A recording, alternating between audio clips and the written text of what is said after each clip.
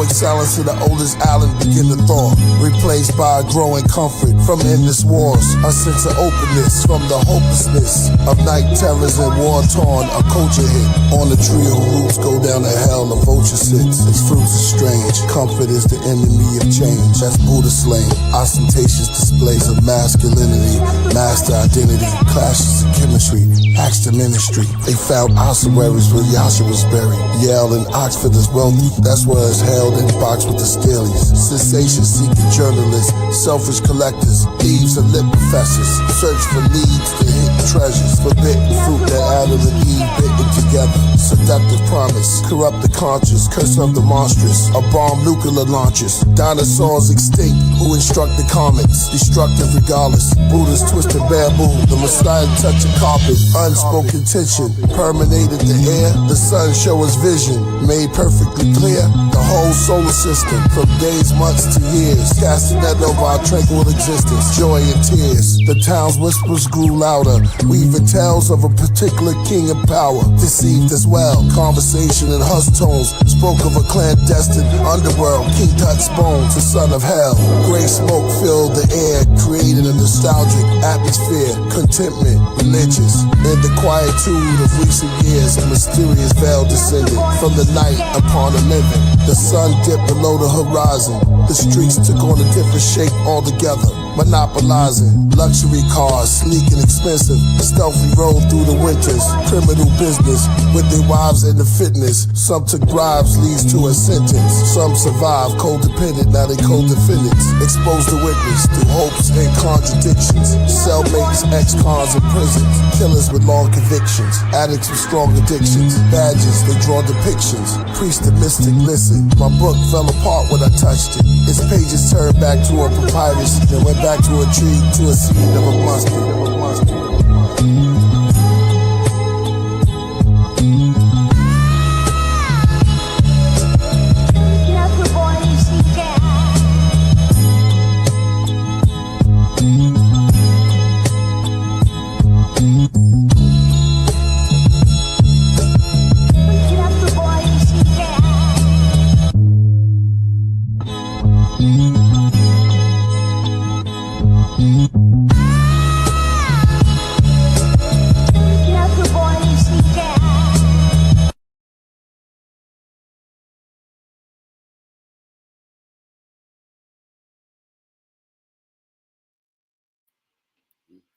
Hey, guys. Here we are, pop-up episode for Something for the Culture. I'm your host, Jazzie J. And tonight we got a special guest, but not so really a guest. You know him as my co-host for season 8, and you also know him from Do the Knowledge Radio, Mr. Knowledge Born, a la Gemini season. Welcome. I'm glad to be here. Okay. So look, let me do my job over here because I'm on the culture. It becomes my honor and privilege at this time to introduce and present to others a phenomenal guest by a special request. An author, a documentarian, a writer, a community activist, and one who exists for the express purpose of pushing our culture forward together one interaction at a time, one podcast at a time, and one book at a time.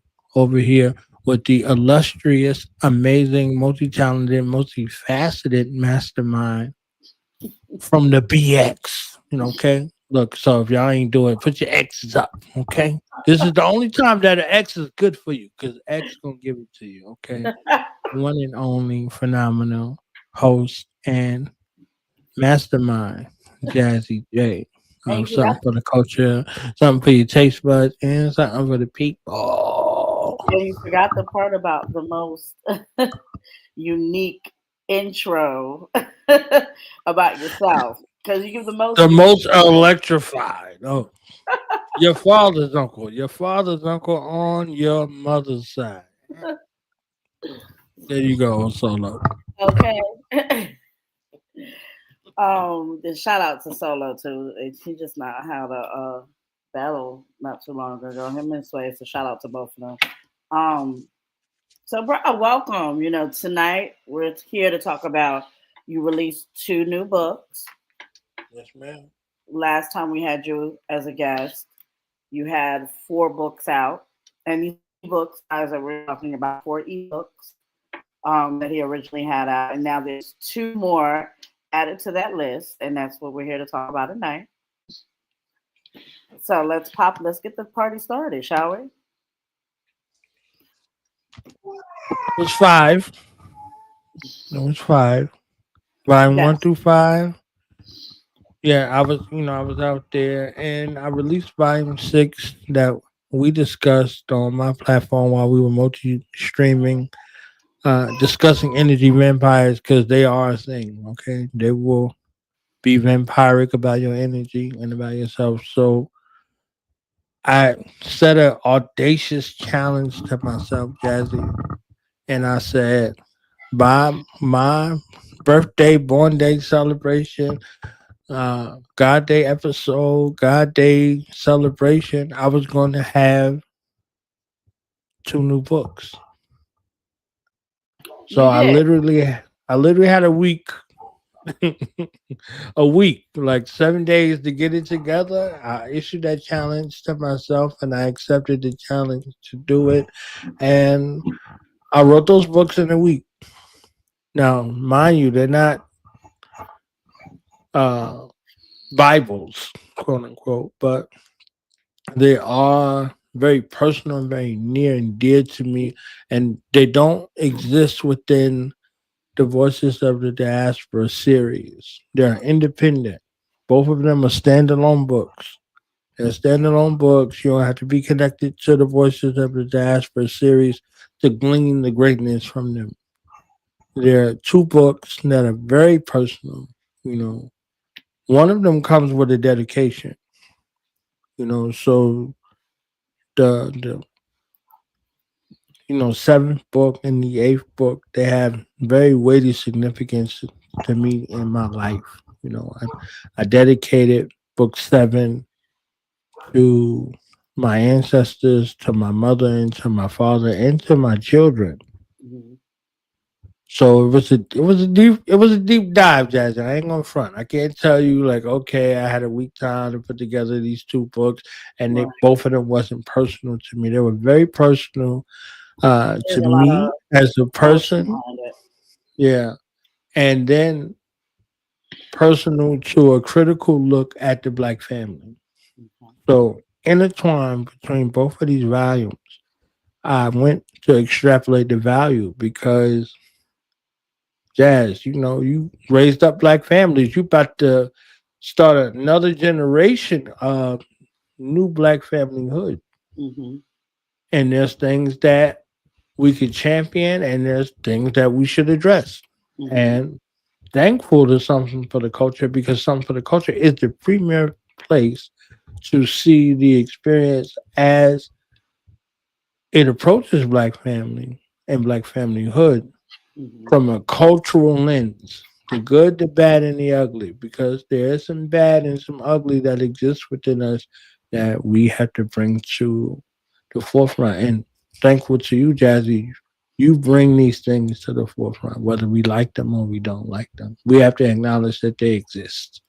Thank you, thank you. I wholeheartedly agree. Um, right now, especially in this time period, the black family is, I wouldn't say an immediate danger, but we are facing some very difficult challenges because what we used to know, well, the norm as the black family is not that anymore. And we're trying to bring that back. That's what we're trying to do here. And this book, well, these books are catering to just that. I see that, like you said, you had some, this was very personal.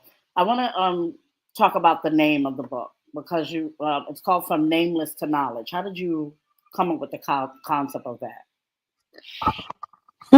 Both of them were my names for a time. Both of them were my names at a time. So from nameless to knowledge, like I was nameless 7 or 8 years. I didn't want to be associated with nothing or anything. I was in the military at the time, and coming from that Islamic background, I was coming from that trajectory all of my life. Mm-hmm. But September 11th happened, in 2001. Mm-hmm. I didn't predict that event, so to speak, but I predicted an event that would cause a catalyst to spin a cultural norm, quote unquote, into a fiasco. Mm-hmm. So when George Bush took office, after they found all those ballots in the water, George Bush Jr. in Mm-hmm. Florida, of all places, right? And he came into office, and one of the first things that he did within his first 90 days was give the military a raise, one of the largest raises that it had in like a 40-year time span. Mm-hmm. And the military, now I'm in the army at the time, they like, oh, this is great, and George Bush is our hero, and blah, blah, blah. I said, with every raise comes strings. So be prepared for Right. the strings. And I Right. said, I promise within a 2-year time span, we're going to be at war. This is what I said in 2000 when I seen the raise, before we got into anything else, before I knew any of the interconnections of what it was for defense contracting or any of that. I Mm-hmm. said, we're going to have to earn this raise. So I'm glad that everybody got it and everybody's excited about it. I Right. said, weapon systems are going to change and uniforms are going to change. That's just how it goes. Right. And they're like, oh, you think you know everything, blah, blah, blah. I was like, I'm the only one with a combat patch over here. Mm-hmm. And I listened to all of those Vietnam veterans who went through the plus up in the drawdown. So now, with the Clinton administration, there was a drawdown. So with this administration, there has to be a plus up. It's cyclic. It's how it Mm-hmm. goes. So nothing excites and invigorates a people other than war. So war will have to be a plus up. It wasn't 2 years, Jazzy. It was a year into office, almost a year, shy Mm-hmm. of a where September 11th, 2001 changed the trajectory of life. I didn't make it up. I didn't orchestrate it. It happened. It's just a tide. So now, Halliburton, Kellogg Brown and Root, all of the defense contractors made it into something that was going to be a skirmish and it was going to be a 20-year war. Mm-hmm. So I'm like, oh, that's not enough attention. The trajectory is going to have to switch back to when his daddy was in office with Iraq. Just literally studying warfare and listening to the people who came before me that was going to be the trajectory, right? Mm-hmm. So they're like, oh, you think you know everything? I don't know everything. I know war, though. Right. 2 years later, where are we at? Iraq. So I'm like, nobody's coming after him. He's going to have to do his 8 years in office because no president wants to take over from another president in a space where they're at a state of war. Right. And it's a war on paper, but it's a war that exists with real lives. Real lives are a real thing. So, two wars, two warring factions that is going to take 20 years for both wars. Because when they sign up for a 20-year war. It's a part of the 100-year war. So, nameless to knowledge, back to your question, comes from that space. It comes from the space of the lack of identity. Well, identity, lack of identity, back to identity. So from Nameless, if y'all remember the movie that Jet Li was in, that's called Hero, Mm-hmm. his name was Nameless. Yeah, it was. So Me understanding what that means and his bout for retribution for his family, his tribe, and his people, it didn't matter what his name was. So if y'all fast forward to Bane and Dark Knight Rises, might be a greater example for a time frame that folks would pay attention to. He said, "Who are you?" He said, "It doesn't matter who we are.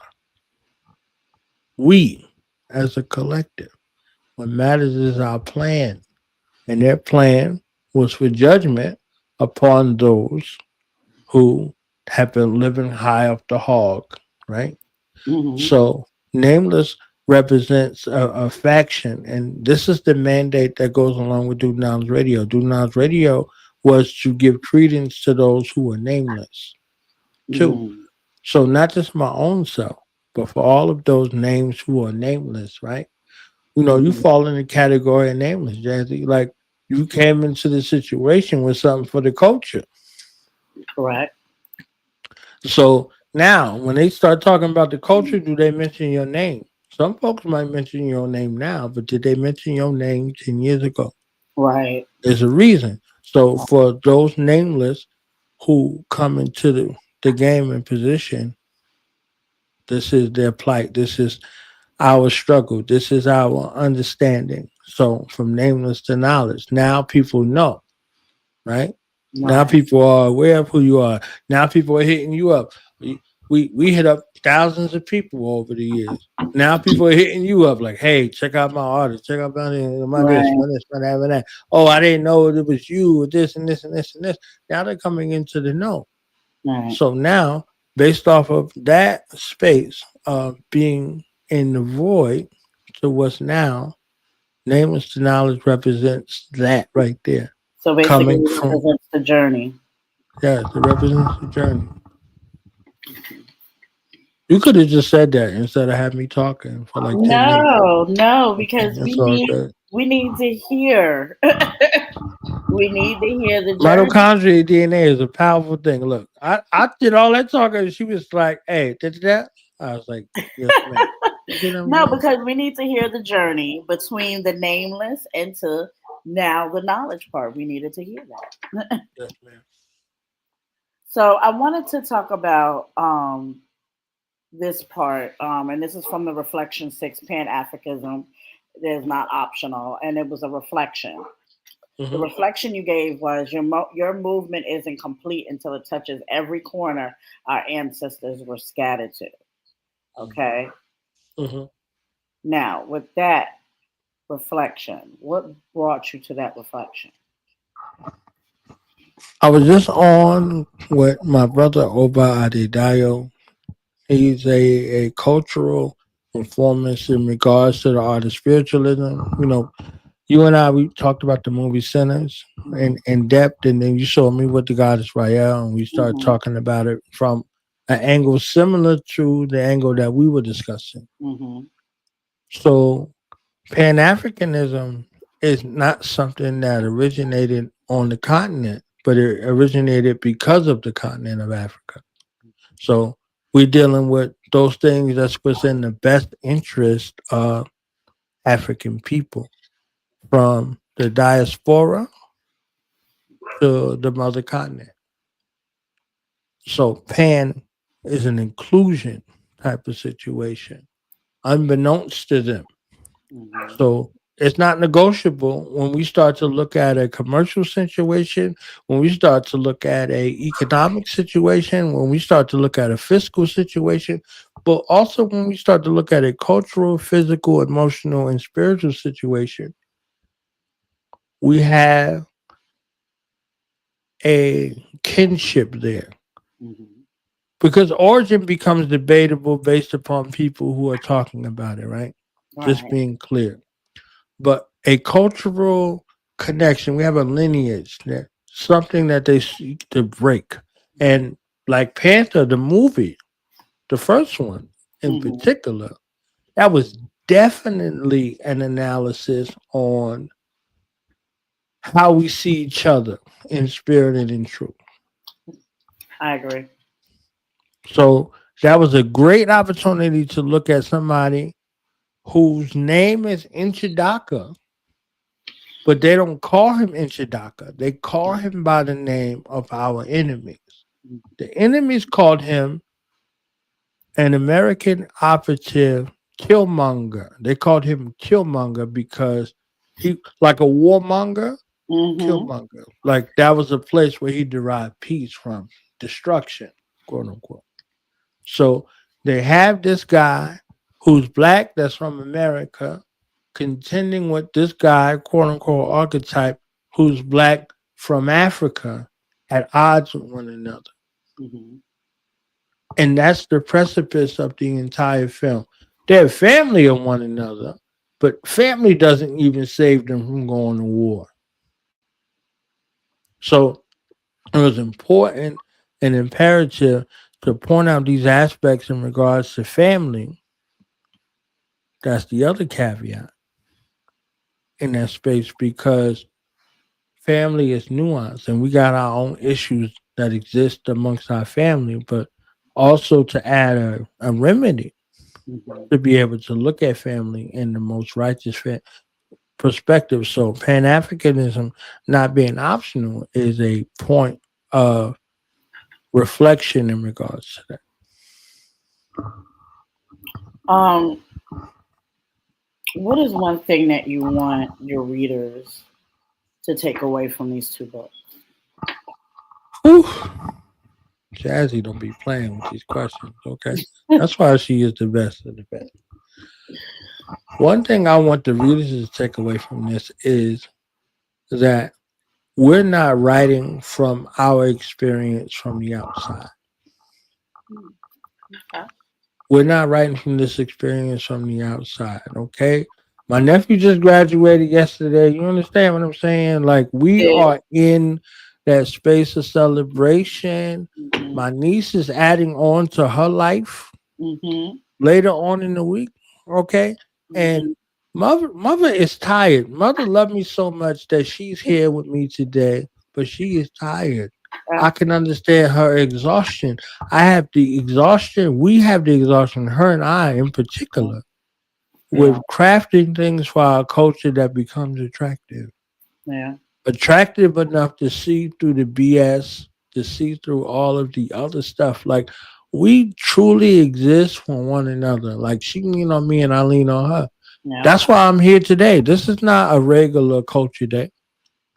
No. And as tired as she was still like, bro, come on, bro. We gonna do it today. So again, our culture is important. Mm-hmm. So, the takeaway from this experience is we're not outsiders. We're insiders. We're not outsiders. We're not people that are contrived to suck blood from our culture. Right. We're reporting from this on the inside. This is somebody who look like you, who go through your angst and pains and understand your plight and your struggle, and are still offering options for the reformation of our families. Because without our families, we are nothing. None of us exist without them. Right. Um, it's funny you said that because with the whole family, I mean, this. Let me just say this reflection right here because this kind of ties into what you just said about the don't build your empires and neglect your tribe. Okay, that tied in perfectly with what you just described here. And the reason why I brought that inflection up um, is because we're not here to build our people up and then okay, oh, we feel like you're all right, so we're just gonna exit stage left. No, there's work, there's steps, there's a journey that ties back to the nameless and then comes to forward to the knowledge part. Um, another question. Um, let's see here. How can I put it? What was the most challenging chapter to write, and why? Sheesh. Okay, you see why she is the greatest? Because she will push you in ways. In the eighth book, talking about family trauma. Family trauma. I didn't shy away from family trauma. The things that we normalize in black familyhood Mhm. that our elders and now our ancestors, mostly women, took to their graves. What black women take to their graves Hmm. Come on now. to save their standing, to save their, look in your eyes. You have no fucking clue whatsoever. None. What my mother, my grandmother, and my great grandmother took to their graves, you have no clue on either side of what it was to mother in that space. Hmm. Well, my father, my grandfather, my great grandfather, you have no clue what it took to father in those spaces. Hmm. So when we look at that, we're twins of each other, right? Back to that Absolutely. movie Centers, like y'all twins? Nah, we cousins. Because of. Yeah. You see what I'm saying? Like that was really on purpose, very decisive and very strategic. Because if they could pinpoint you, they could destroy you. Hmm. So now when you look at family trauma, we could be twins to our trauma Hmm. and not akin to our rise. We could be married to, have a covenant and bond to our trauma and not even recognize our rise. So yeah, the most difficult space was going into that trauma space, writing about it clearly, accurately, and correctly, and removing myself up out of there and not being affected or minimally being affected by that space of trauma. And that's the power of black family because our power does not derive in our trauma. Our power derives in our divorcing of, analyzing with, and overcoming our trauma back into the space of our greatest self. And that comes from, blatant transparency and open communication. Um, it's refreshing and amazing that you have that in the book because and I'm not sure if you've seen the movie as of yet, but I'm sure we probably will tackle that review and breakdown of it when you do see it. The Tyler Perry movie, Straw. And the reason why I brought that up is because in that movie, we have a black single mother struggling, one struggle after another, after another, after another, to the ultimate twist of the movie. And I don't want to really give too much of the twist up until we kind of do our breakdown of it. But it ties into everything that he just described here because one, it deals with mental health, one, it deals with the struggles and economic changes and, just the despair that Black families go through.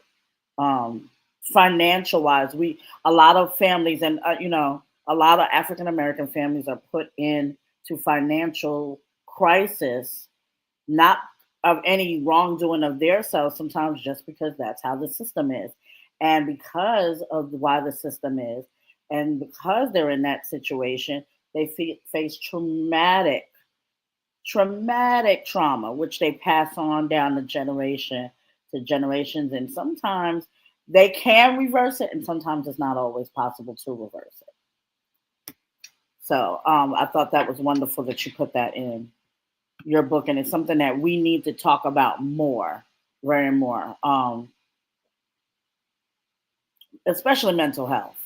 Mental health is a huge thing in the Black culture, huge, and it's not talked about enough. Um, I also wanted to know, how did you develop like your outline for your storytelling? Because the reason why I asked you that, because you have a unique way of bringing a vision when you're telling a story. We can see the story without having a real picture, or if it's not a movie. You know what I mean? So I want to know, how did you create your outline?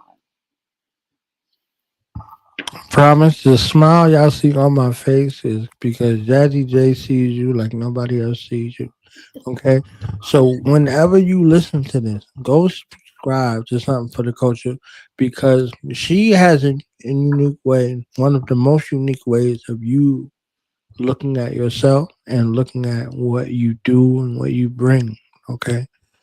She is phenomenal at Thank you, this. Will. Thank you. Okay. So painting a picture. I Hmm. use my sons, Jaheim and Jakari, um, as a litmus test because, like I said on your show when I came on here before, my Hmm. sons will tell me like, "Yo, this is dope" or "This is trash." You Oh, they understand what I'm will. saying? My sons will be like, "Oh yeah, yeah," you know what I'm saying? Just like my nephew Sean, like whispers will be like, Yeah, but the yeah. only difference between all three of them, he gonna be whispering to you. He gonna You're gonna be whisper. whispering to you like, "Why I gotta do this?" Because I don't really like it, you know.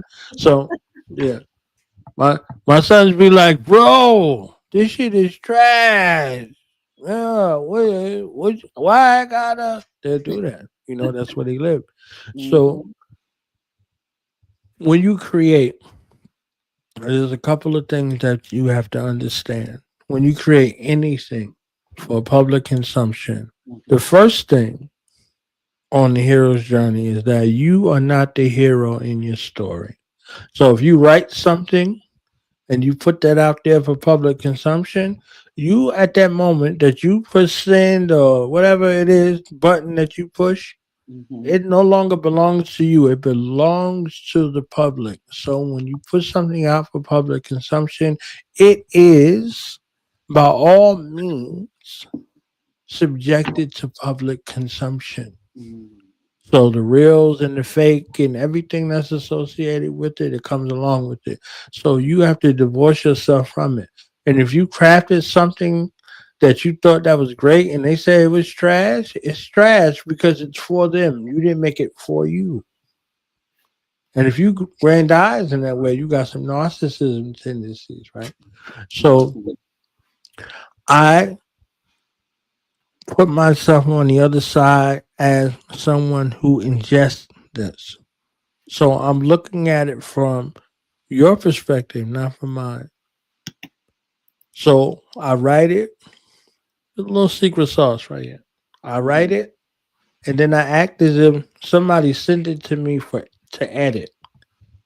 So I'm in the edit process, reading every single word as if I didn't write it. I don't have no emotional attachment to it. I'm devoid of it. I'm looking at it, da, da, da, da, and taking it through the editing process. Now, after the editing process, I'm looking at it again in the illustration process. And in the illustration process, I'm looking at what you want to see, what vibrant colors you want to see, what imagery might be something peaking for you. You might look at the image and be like, who's that? I want to know more about that. I don't care if you didn't fall in love with the words. You'll come back to the words. What page was that on? Oh, 27. Let me go back to 27. And I might read what they said. But you might read what I said and they pay no attention to the image and fall in Right. love with what I read. It's like, oh, he wrote this? Oh, this is dope. Blah blah blah. Oh, we need to have a family meeting right now. That's that's really the goal. So between the music and the imagery and all of those things, I crafted those things with you in mind. Who could help you navigate this journey through these pages? Who can keep you engaged sonically? Who can keep you engaged visually? Oh, is there too many words? Oh, I need to switch up and add some pages to illustrate this space from one page to the next. So that kind of ties into like the struggle also because I had to divorce myself from a concept that I created Hmm. to created properly with you in mind, not with me in mind. Because with Right. me in mind is there's a couple of paragraphs on the page, but from the people who ingest it, there's too much on the page. Now I got to add another page to separate these four paragraphs. There's two over here, and they're readable and they're visible to, whatever the case may be on it. So from one to the next, because it's a learning process. You know what I'm saying? Like this is a learning process that's there. So I really took time to customize the difference between the first, volumes one and through six. Hmm. I really, really, really tailor made this to the reader. You know what I'm saying? Like really, really thinking about the reader in mind, from the pages to the colors, the choices, all of those things, and something that will repeat in volume 7, 8, 9, and 10 of the Voices of the Diaspora series. Well, I tell you what, bro. What I my personal want, I want one of these books. Okay, and my favorite, probably out of the both of them, will probably be The Power of the Black Family. I want a hard copy of that, and the reason why, the first thing that grabbed me was the art on the cover. Okay, and the reason why that spoke to me, because it's just a traditional black family. Nothing, nothing major, nothing crazy. Just a normal black family. A grandmother, kids, wife, husband. Traditional.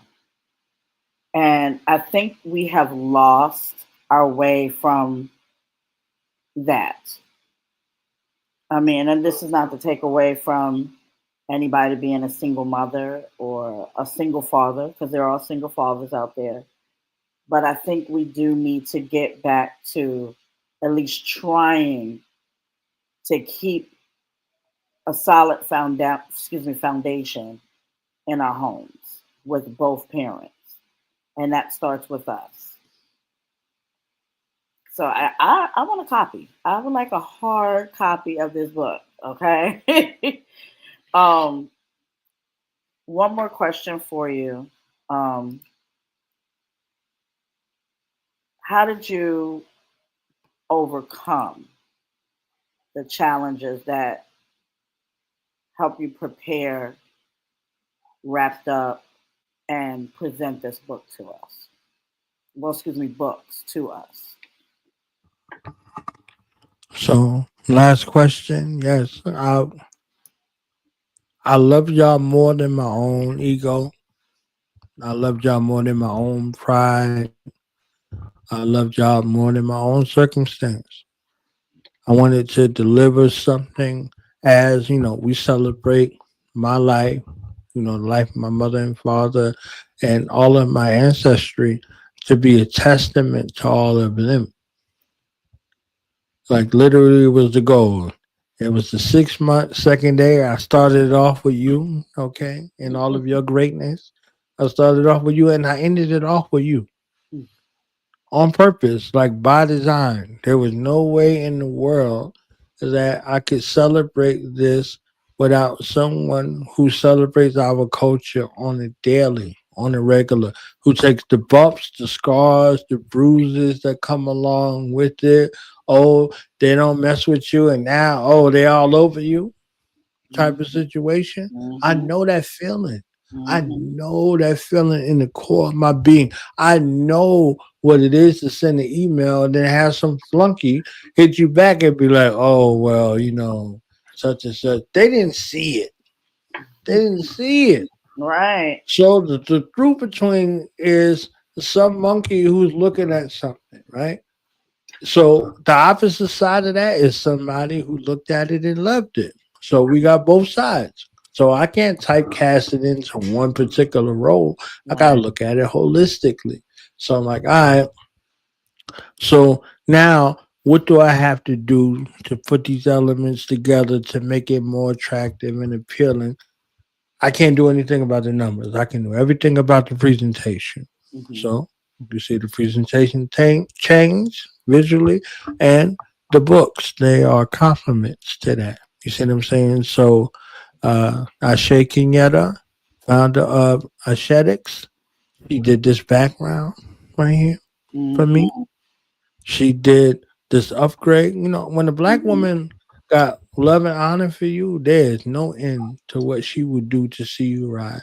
So And let me just uh, say this. Let me piggyback off of that because the intro. Let me just tell you guys go ahead, black woman. the intro on Hmm. Do the Knowledge Radio. Let me just say how that is the most soulful Yeah, intro I have she did seen it.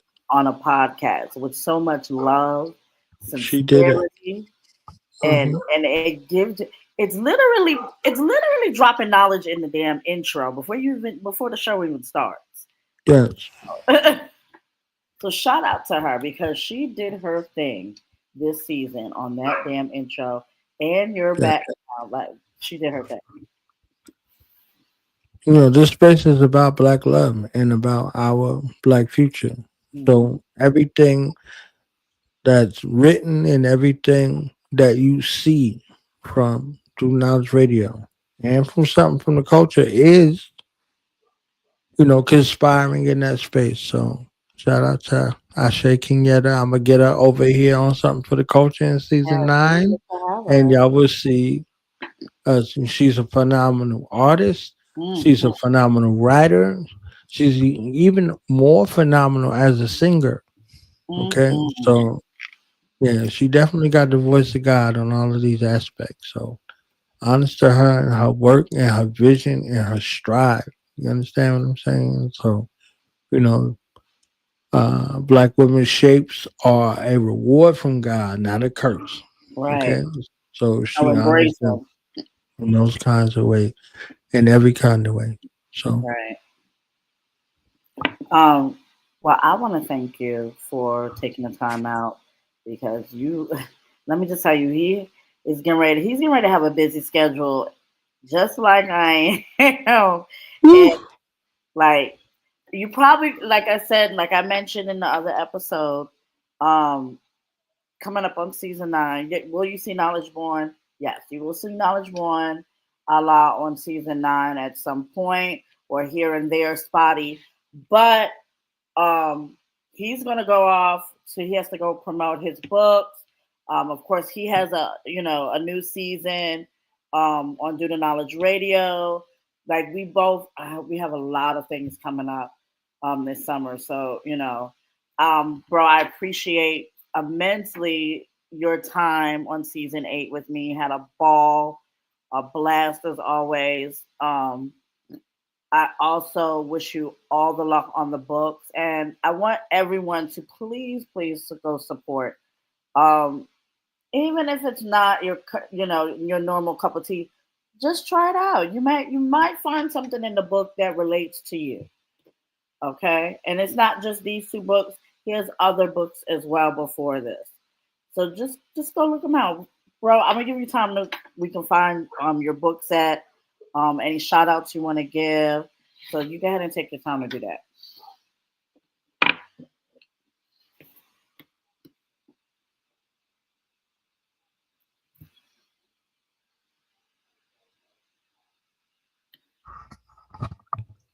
so I want to give a phenomenal shout out to Jazzie J and something for the culture. This is the premier place and the most dynamic place for the actualization of our culture. The good, the not so good, and the things that need to be improved under a microscope with a space of love, with a space of honor, and a space of dedication that comes from the love, patience, honor, and correction of a black woman. Let me tell you something. Jazzy J does something that is phenomenal and something that is unique, yet something that is duplicatable. So whether we're talking about our elders, whether we're talking about our peer group, or we're talking about our youth, Something for the Culture is something that is premier for our people. So honest to Jazzie J and Something for the Culture. All right. And where can we find your books, bro? Oh, you can find these books at DoTheKnowledgeRadio.com with an A. DOTHAKNOWLEDGERADIO. And I got a special going on for the month of June. Gemini/Cancer. You can get all 8 books for $80 directly from me. Cash App, $ Knowledge Born Lie, or PayPal.me/Do Knowledge Radio. Hit me with your email and I'll send it to you directly.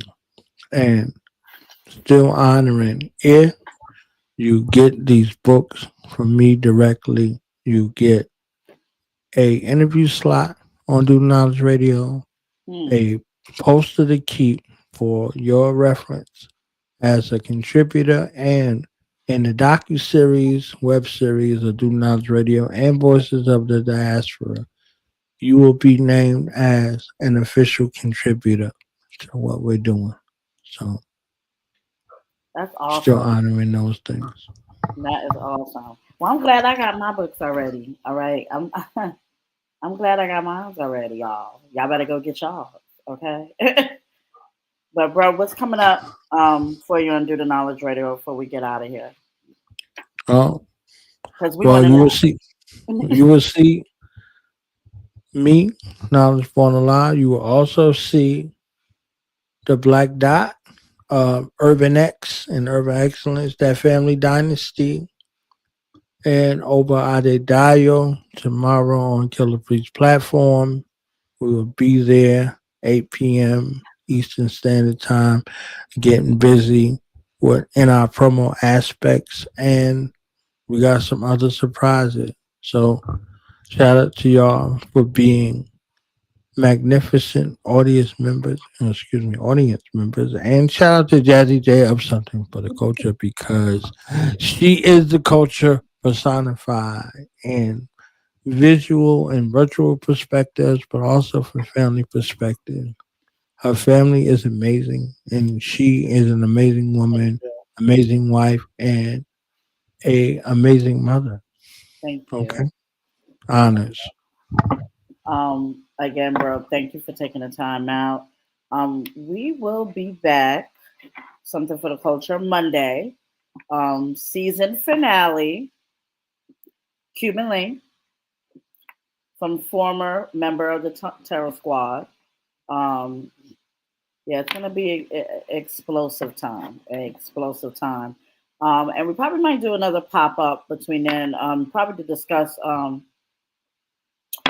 the Straw movie from Tyler Perry. We probably might do a pop up. Yes, we will be in the building discussing Straw. We might do it. Maybe Saturday. I don't know. We'll see. We'll probably do a pop up for sure though. Because we're definitely gonna get into that. Yeah. Definitely gonna deep dive on that. But I'm Jazzie J, your host. This is season 8. We winding down, guys. We winding down. Yes. Knowledge on Allah, Do the Knowledge Radio. Go follow, subscribe, like, get the books, especially while they're on special. We're out of here, y'all. Y'all have a great night. Boom.